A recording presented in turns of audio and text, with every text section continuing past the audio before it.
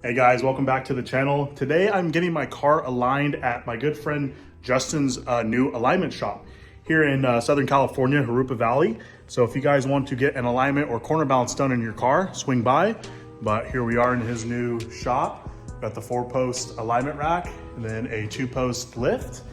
And yeah, plenty of space to work on cars and do his corner balancing and alignments. But this is what he's gonna specialize in, is alignments first, corner balancing. Then he's gonna start moving on to, suspension part installs and other things like that. So he's a master Nissan tech, so he has a lot of knowledge on vehicles. He's been racing with me for a couple of years now, so very knowledgeable in cars and alignments, etc. So, but yeah, I'm stoked to have the car on his alignment rack, and we're doing a alignment right now. And then we're gonna put the car on scales and check the weight. But I will show you guys the weight of the car because I've had a lot of people ask me the weight of the car. So we'll get it on the scales after we align it and we'll be back. All right, so we got all the weights simulated of the driver inside the car. Next thing we're gonna do is put on the alignment heads.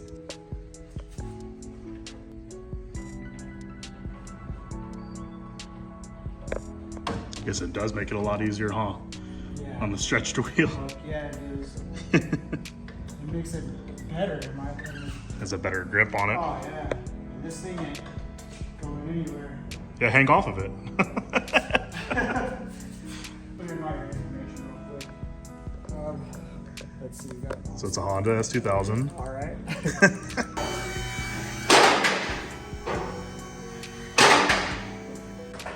We're gonna set up your air pressure in your tires to run a hot pressure. So, what are your specs for this? Usually I go out about cold 25, 26. So it usually gets up to about maybe 31, 32, hot. 32. Why is it important to do the tire pressures? You want to simulate your driving. So, let's say if you had a flat tire, that's going to change some of your angles.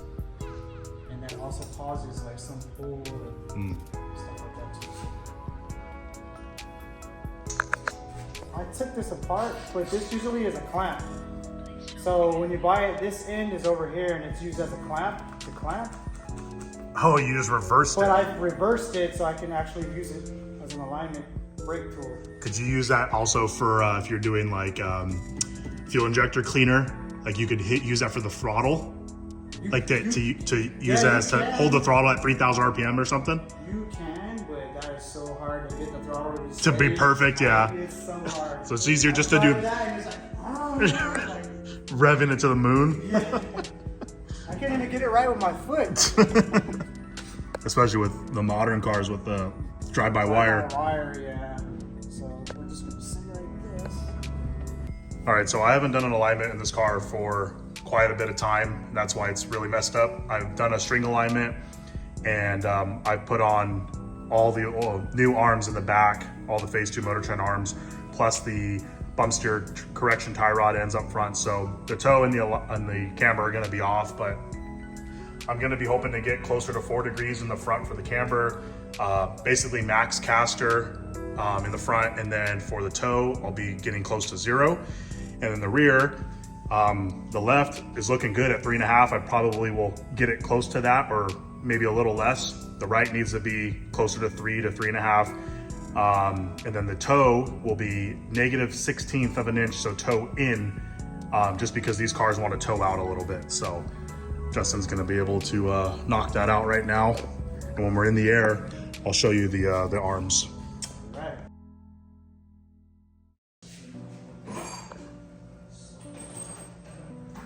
Better look of the phase 2 arms on my car. Don't mind the exhaust still, it's gross. We're gonna get that fixed eventually, but. So there's adjustment here with the eccentric as well as the turnbuckle up here. But I pretty much have these two even on both sides. So any of them, alignment spec could possibly come from the eccentric. It's kind of just like a stock arm. So he's gonna try messing with that first and see where it is. But as of now, the driver driver rear is 3.5 degrees, which I like. I think I want to keep it there. So I'm going to try to match the passenger rear to it because it's at negative 2.7. And then we'll mess with the toe after, and then we'll obviously move on to the front.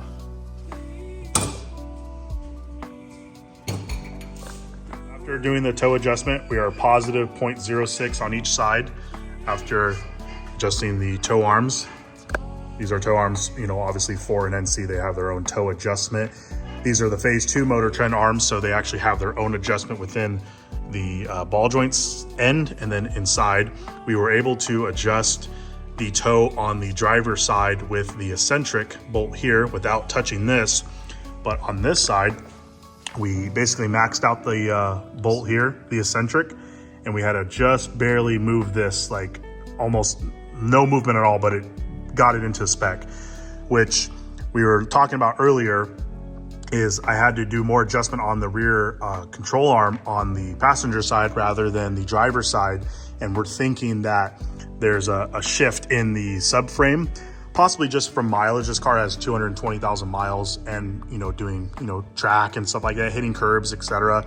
Or the previous owner, maybe he drifted and hit a curb or something, I don't know. But when I was under here doing the other stuff, like my rigid collars, everything kind of lined up perfectly. But it's always common, you know, with a higher mileage car, that stuff shifts, you know. So we're going to tighten all the things up now and move on to the front.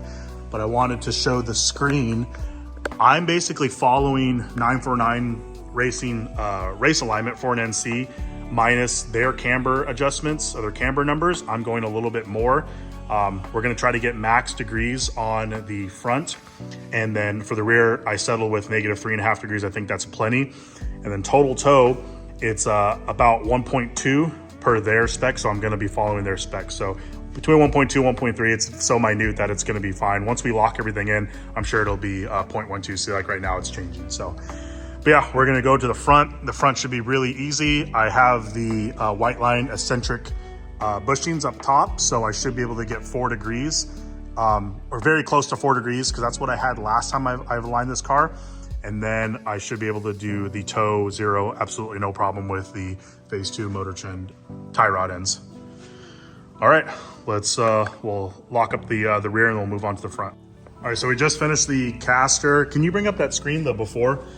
My passenger side was off by quite a bit.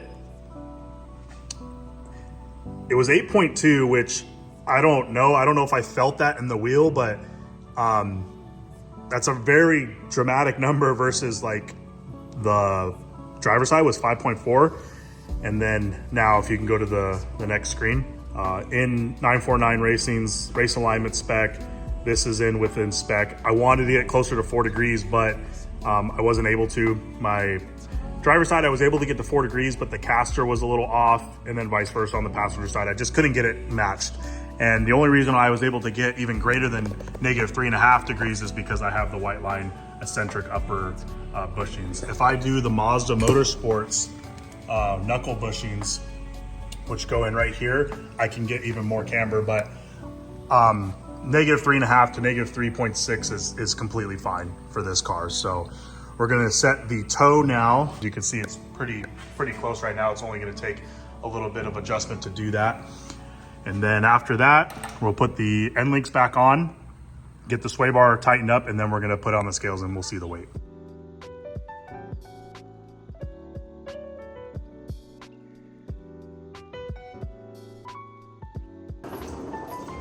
Okay, the car is all finished up front on the alignment, and here's the final numbers. Again, negative 3.7, 3.7. Cross caster is good within 0.5 degree. And then the toe is basically, total toe is just about 0. And the rear camber, negative 3.5, 3.5, or 0.12 for Super Miata's specs, total toe. So very cool. So we're gonna throw it on scales to see the weight.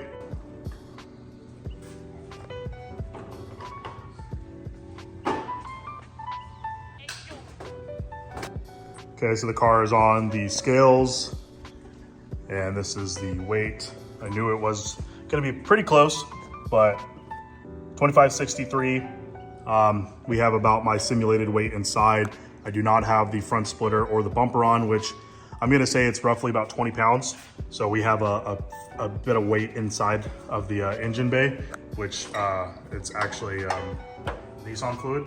So it's not like perfectly simulated, but close enough, I mean. And that's basically the kind of the weight, 53% cross.